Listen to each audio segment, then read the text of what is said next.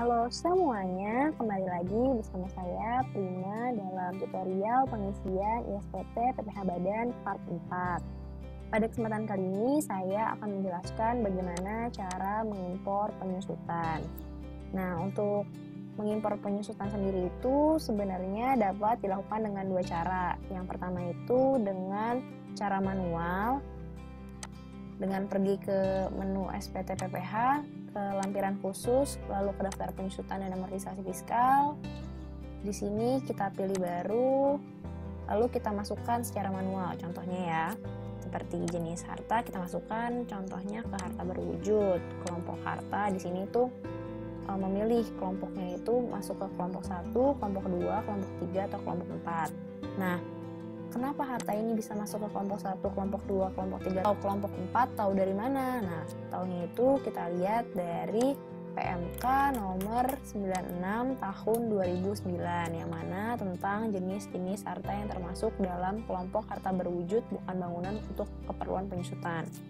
Nah, untuk perusahaan kita sendiri ini kan nggak masuk ke poin nomor 2, 3, 4, 5, 6, dan 7. Jadi masuknya ke poin nomor 1, yaitu semua jenis usaha. Di sini tuh di kelompok nomor 1 itu contohnya itu ada mebel yang dari kayu atau rotan, termasuk meja, terus di sini ada TV, video recorder, mesin fotokopi, sepeda motor. Sedangkan untuk yang kelompok 2 di sini ada mebel atau peralatan logam yang terbuat dari baja, mobil, bus, truk, dan lain-lain. Nah, kalau misalkan ada sesuatu harta yang tidak dapat dikelompokkan itu masuk ke kelompok 3. Nah, untuk kelompok 1 itu masa manfaatnya 4 tahun, kelompok 2 itu masa manfaatnya 8 tahun, kelompok 3 itu masa manfaatnya 16 tahun, dan kelompok 4 masa manfaatnya itu 20 tahun. Oke, untuk secara manual kita contohkan di sini kelompok harta, misalkan kita masuk ke yang kelompok 1. Terus jenis usahanya kita pilih yang semua jenis usaha seperti yang tadi saya bilang. Nama hartanya contohnya misalkan di sini mebel. Lalu di sini bulan perolehannya coba kita cari di kertas kerja kita. Di sini yang mebel. Oke. Misalkan ini ya, furniture. Dia ini bulan perolehannya Maret 2014. Berarti kan di sini Maret 2014. Oke, metode penyusutannya itu garis lurus, fiskalnya juga garis lurus. Dilihat dari soal, di sini ada metode penyusutannya. Oke, di sini harga perolehannya.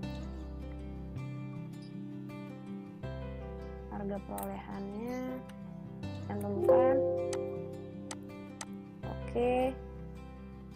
Nah, di sini nilai bukunya itu 0, penyusutan fiskalnya 0. Karena apa? Kita lihat di sini.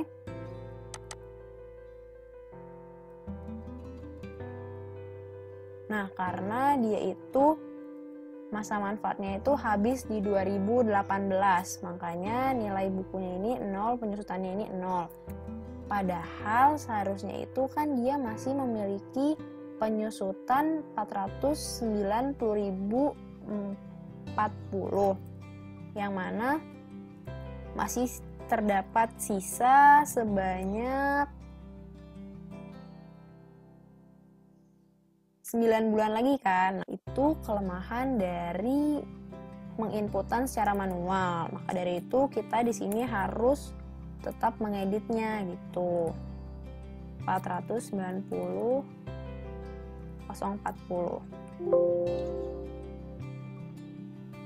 Sama yang di sini juga 490.040. Di sini nama hartanya kita masukkan furniture.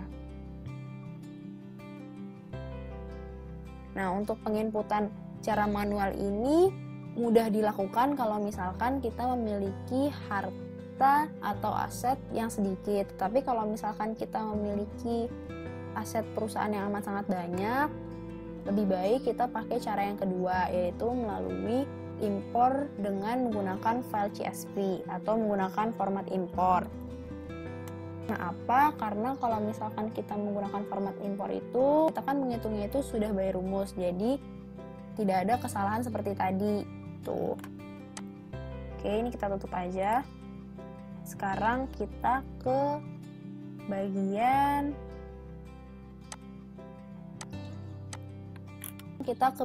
langkah-langkah mengimpor penyusutan dengan cara file CSV.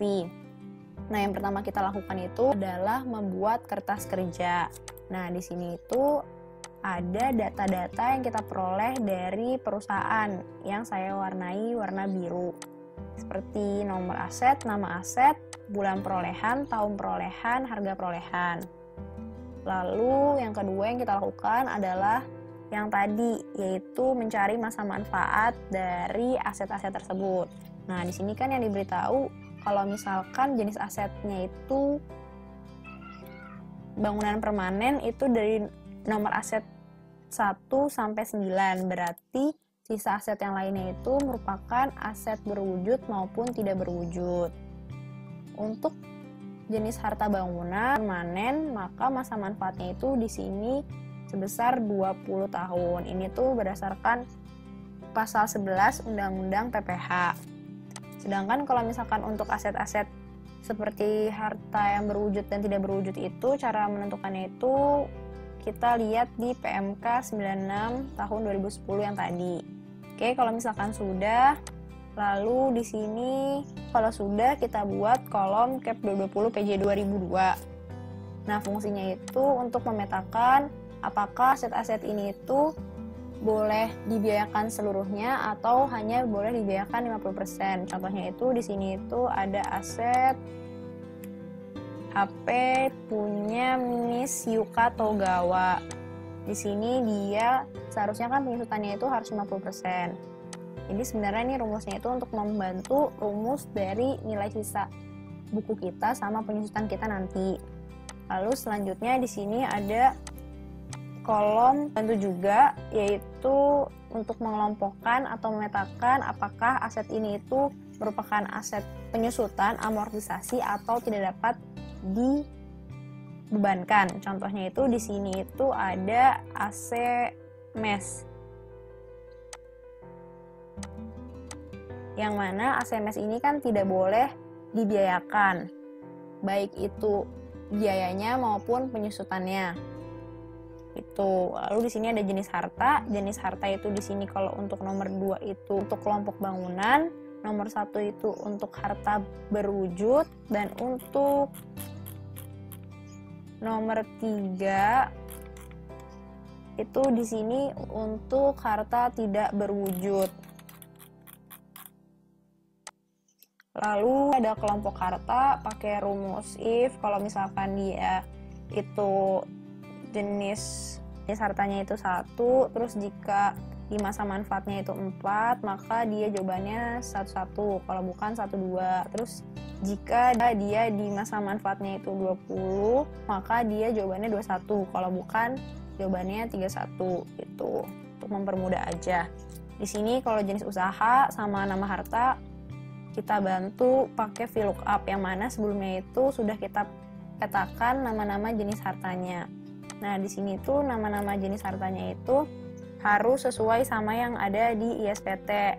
Gimana caranya? Jadi kita harus ke lampiran khusus, lalu ke penyusutan dan amortisasi fiskal, lalu pilih baru. Di sini misalkan buat yang di kelompok 1.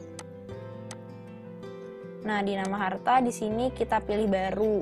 Jadi kalau misalkan di ISPT kalian, mungkin kalian buka hanya sampai daftar nama harta di nomor 7, belum ada tenda sama telepon. Nah, ini tuh saya buat baru untuk menyesuaikan dengan jenis harta yang dimiliki perusahaan kita. Kita tutup aja.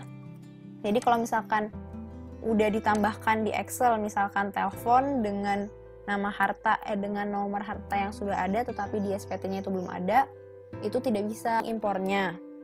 Lalu di sini ada masa manfaat, terus di sini juga tarifnya itu kita pakai rumus VLOOKUP juga. Kita bikin tabel biasa sama kayak tadi. Terus di sini ada penyusutan per tahun. Nah, di sini bentar.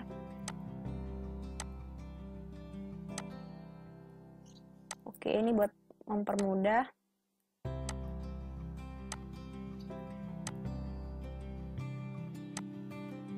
Nah, untuk penyusutan per tahun ini sebagai rumus bantu. Karena apa? Kan nanti ada penyusutan yang mana hanya 50%, yang mana hanya penyusutannya itu cuman 7 bulan, 6 bulan, atau cuman 1 bulan karena masa manfaatnya berakhir di tahun tersebut gitu. Oke. Lalu selanjutnya di sini ada nilai sisa buku. Nah, di sini itu nilai sisa bukunya itu keadaan pada awal tahun buku, yaitu 1 Januari 2018.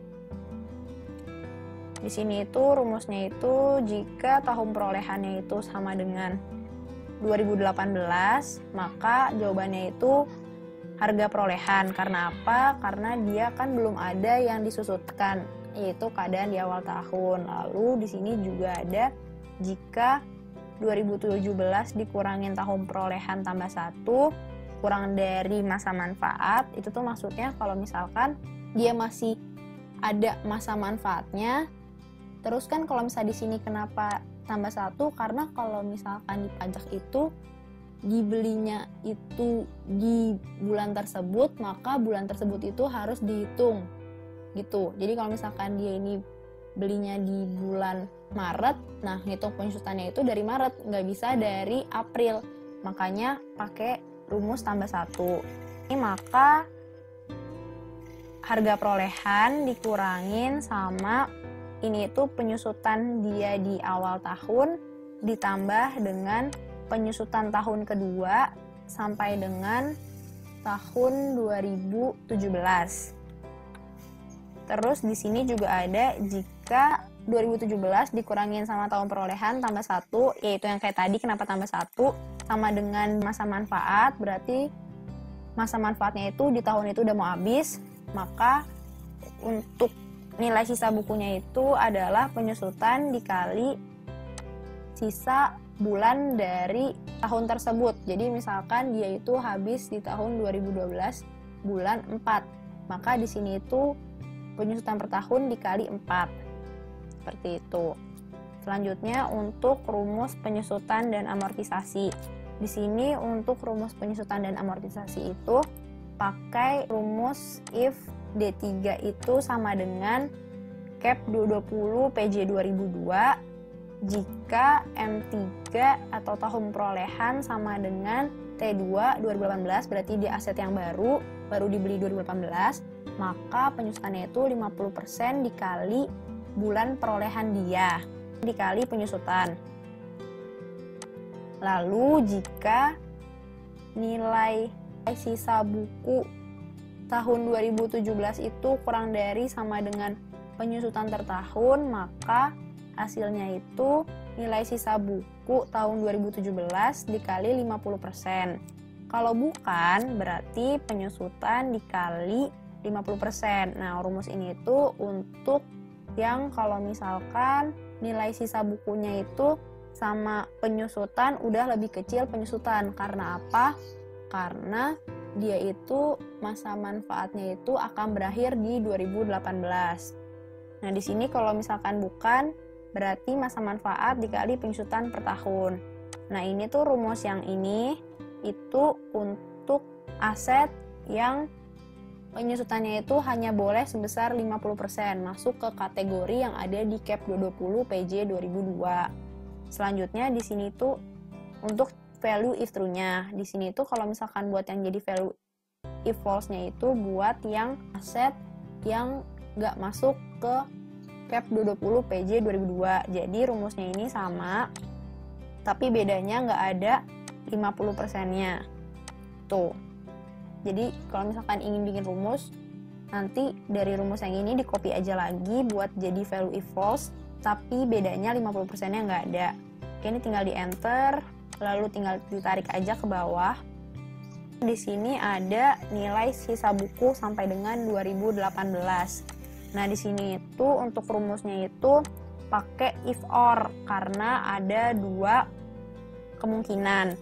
Jadi, jika atau D3 itu sama dengan N atau bukan masuk ke cap 20 PJ 2002 atau R3 nilai sisa buku sama dengan penyusutan amortisasi, maka buat nilai sisa buku 1 Januari 2019 itu nilai sisa buku 2017 dikurangin penyusutan atau amortisasi di tahun 2018.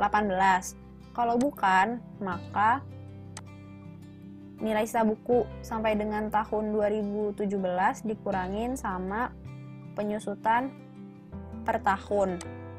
Berarti buat yang R3 kurang Q3 itu buat yang aset yang normal, nggak include yang masuk ke cap 20 PJ 2002 sama yang masa manfaatnya itu habis di 2018. Itu. Ya, di sini tuh ada rumus bulan terakhir, di sini pakai rumus L3 sama dengan 1, maksudnya itu kalau misalkan bulan perolehannya 1, maka hasilnya itu bulan terakhirnya 12. Kalau misalkan nggak pakai rumus ini, langsung pakai bulan perolehan dikurangin 1, maka hasilnya nanti kalau misalkan ada aset yang dibeli di bulan Januari, maka bulan terakhirnya itu nanti hasilnya 0. Berlaku pula di tahun terakhir. Di sini pakai rumus L3 sama dengan 1, maka dia nanti di sini dikurangin 1, lalu di sininya M3 tambah O3. Oke.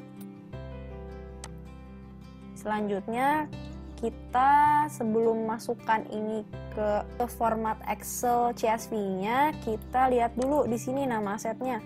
Nama asetnya apakah ada aset yang namanya itu sama atau tidak? Karena apa? Nama aset yang duplikat, kita tidak dapat mengimpor aset tersebut. Tuh. Jadi nanti ada double gitu. Kita pilih menu conditional formatting, kita ke highlight cell rules, kita pilih yang duplicate value. Kita pilih OK. Di sini kita lihat, nah di sini ada, kita tambahin aja di sini jadi nomor 2. Sini juga ada, tambahin jadi nomor 2. Sama ini kita jadi underscore 2. Underscore 2, vario juga kita underscore 2, SMS nya underscore 2, ini 3, 4. Oke, lalu kita ambil format Excel-nya. Format Excel-nya itu ada di folder ISPT PPh Badan yang sebelumnya itu telah kita ekstrak. Kita ke yang file SPT Badan, di sini ada contoh data impor. Di sini itu ada contoh data impor kredit pajak dalam negeri sama contoh data impor penyusutan. Nah, untuk impor kredit pajak dalam negeri akan saya bahas pada video selanjutnya. Di sini untuk contoh data impor penyusutan kita copy, terus kita paste di sini. Nah, ini tuh yang jadi format Excel kita dalam kita mengimpor ke aplikasi ISPT PPh kita yang nanti akan kita rubah menjadi file CSV. Nah, di sini itu kita hapus aja dulu nih untuk contoh dari aplikasi ISPT-nya, kita delete. Nah, sekarang mulai kita masukkan. Oh iya, sebelumnya kan tadi di sini tuh saya sudah bilang ada aset yang tidak boleh dibiayakan, maka kita filter terlebih dahulu. Kita pilih yang penyusutan dan amortisasi. Oke, sudah terfilter. Baru kita mulai ke jenis harta dan kelompok harta. Di sini kita copy aja langsung 2. Kita paste. Terus kita memakai namanya paste spesial. Cara memakai paste spesial itu ada dua cara. Yang pertama itu Alt plus ES sama Ctrl plus Alt plus V. Terus kita pilih yang values. Oke, lanjutnya ke jenis usaha dan nama harta. Kita copy, terus kita paste spesial aja, terus bulan perolehan, tahun perolehan kita copy, ini kita paste. Jenis penyusutan itu di sini dikasih info kalau misalkan satu itu untuk garis lurus, dua itu untuk jumlah angka tahun, tiga itu untuk saldo menurun, dan seterusnya. Untuk penyusutan fiskal, satu itu untuk garis lurus, dua itu untuk saldo menurun. Berarti di sini satu, langsung kita copy aja.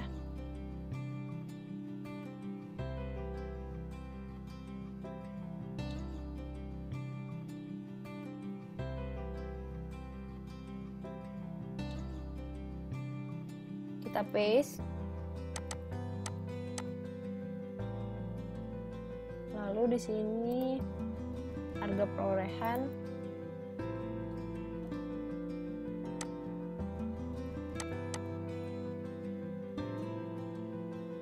kita copy, kita paste, nilai sisa buku dan penyusutan fiskal per tahunnya.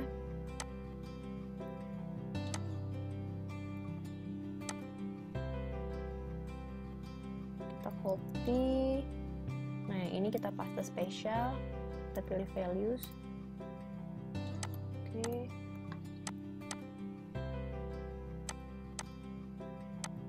Oh ya, untuk harga perolehannya itu juga pakai paste spesial.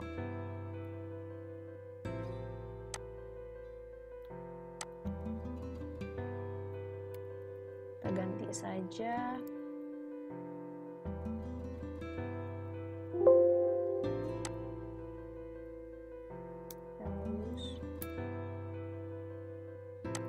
Sudah. Terus keterangan nama harta. Nah, di sini itu kita pakai yang nama aset. Kita copy, kita paste. Nah, di sini itu untuk keterangan nama harta itu boleh pakai huruf-huruf lain seperti underscore, terus angka boleh, tanda kurung, koma, tetapi yang nggak boleh itu tanda petik, karena tanda petik itu nanti yang nggak buat kita nggak bisa mengimpor file CSV kita. Itu salah satu kelemahan dari pengimporan data impor penyusutan ini. Jadi di sini tanda petik, kita replace all. Oke, kita pilih oke. Selanjutnya kita save file ini. Nah, kalau misalkan nanti impor kita itu gagal atau nggak berhasil karena ada data yang salah, file yang harus kita edit itu tuh data Excel yang ini, bukan file yang CSV. Oke, sekarang kita save as buat membuat file CSV-nya. Nah, tambahin di sini CSV untuk mempermudah. CSV kita save. Kita pilih oke. Ini kita close aja. Selanjutnya kita ke menu SPT, ke menu utility, kita ke impor data, kita pilih yang penyusutan dan amortisasi fiskal badan tahun pajak 2019, kita search yang ini, kita open, kita view data terlebih dahulu, kita pilih oke, kita view data kembali.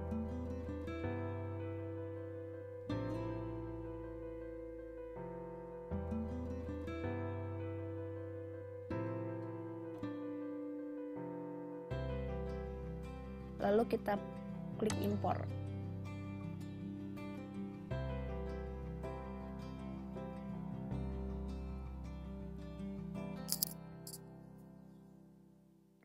Proses impor selesai, tidak ada data yang gagal diimpor. Kita pilih oke. Lalu kita ke menu SPT PPH, ke lampiran khususnya terlebih dahulu. Daftar penyusutannya sini. Nanti yang ini kita masukkan jumlah penyusutan komersialnya. Sini kita masukkan di Excel kita. Penyusutan komersialnya di sini 424. Kita copy. Kita paste. Lalu kita ke amortisasi, kita copy, paste. Nah, di sini itu langsung otomatis pergi ke lampiran 1. Berarti kan kita sebelumnya di Excel itu belum kita masukin nih penyusutan fiskal kita, maka dari itu kita masukkan terlebih dahulu. Di sini maka 124864 masuk ke, kita copy saja, masuk ke koreksi negatif, kita paste. Lalu yang 86692 ini kita masukkan ke koreksi positif. Oke, sama. Ini kita tutup. Kita cek di lampiran satunya apakah sudah benar. Ini dia langsung masuk ya di selisih penyusutan komersial dan amortisasi. Di sini amortisasinya masuk sama-sama 8669262.